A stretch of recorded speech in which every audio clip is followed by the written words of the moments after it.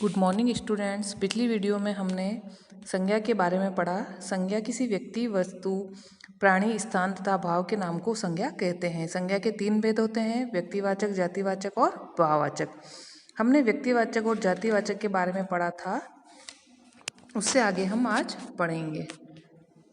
तीसरी है भाववाचक संज्ञा। इससे पहले हम कुछ ध्यान देने योग्य बातें पढ़ेंगे। संतरा, अंगूर आदि विशेष फलों के नाम हैं, फिर भी इन्हें जातिवाचक संज्ञा माना जाता है क्योंकि इनसे बहुत सारे फलों की जानकारी मिलती है। पहाड़ जातिवाचक संज्ञा है क्योंकि इससे सभी पहाड़ों का बोध होता है। हिमालय व्यक्तिवाचक संज्ञा है क्योंकि इससे एक खास पहाड़ का बोध होता है। तोता, शेर आदि से विशेष जानवर या पक्षी का बोध होता है, पर साथ ही उस समुदाय के सारे जानवर या पक्षी का पता चलता है, अतः ये जातिवाचक संज्ञा शब्द है। तीसरा है भाववाचक संज्ञा। किसी गुण, दोष, अवस्था, दशा, भाव आदि का बोध कराने वाले शब्द भाववाचक संज्ञा कहलाते हैं। इन्हें देखा नहीं जा सकता किंतु महसूस अवश्य किया जा सकता है, जैसे बचपन, गर्मी, मिठास, सुंदरता, दोस्ती, ठंडक, ईमानदारी, खुशी, गुस्सा आदि। इन सब उदाहरणों को हम देख नहीं सकते लेकिन महसूस कर सकते हैं। गर्मी को महसूस कर सकते हैं, मिठास को महसूस कर सकते हैं, सुंदरता को देख सकते हैं, दोस्ती को महसूस कर सकते हैं, ठंडक को महसूस करते हैं, और जिनको महसूस किया जा सकता है उन्हें वो शब्द भाववाचक संज्ञा के अंतर्गत आते हैं।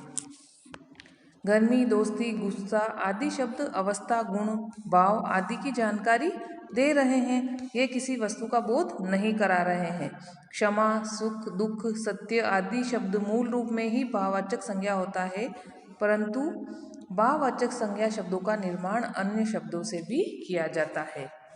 कुछ शब्दों के भाववाचक संज्ञा रूप दिए गए हैं, इन्हें हम पढ़ेंगे। अपना का अपनापन, सुंदर का सुंदरता, मीठा का मिठास, थकना का थकावट, लिखना का लिखावट, सजाना का सजावट, बच्चा बचपन, गरम गर्मी, पढ़ना पढ़ाई, दयालु दया, खट्टा खटास, पड़ोसी पड़ोस, ठंडा ठंडक, बुरा बुराई, दोस्त दोस्ती, ऊंचा ऊंचाई, अच्छा अच्छाई, लंबा लंबाई, मोटा मोटाई, मोटा का मोटापा, बूढ़ा बुढ़ापा आदि। इन शब्दों से भाववाचक संज्ञा शब्द इस प्रकार बने हैं। इस पाठ में हमने क्या क्या पढ़ा वो हम आज दोहराते हैं। किसी व्यक्ति, प्राणी, वस्तु, स्थान तथा भाव का बोध कराने वाले शब्द को संज्ञा कहते हैं। संज्ञा के 3 भेद होते हैं: व्यक्तिवाचक संज्ञा, जातिवाचक संज्ञा और भाववाचक संज्ञा। किसी विशेष व्यक्ति, स्थान अथवा वस्तु का बोध कराने वाले शब्दों को व्यक्तिवाचक संज्ञा कहते हैं। जो शब्द पूरी जाति, वर्ग अथवा समुदाय की जानकारी देते हैं उन्हें जातिवाचक संज्ञा कहते हैं।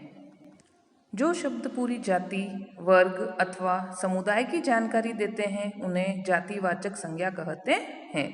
गुण, दोष, भाव, अवस्था, दशा आदि का बोध कराने वाले शब्द भाववाचक संज्ञा कहलाते हैं। कुछ संज्ञाएं मूल रूप से भाववाचक होती है और कुछ अन्य शब्दों से बनाई जाती है।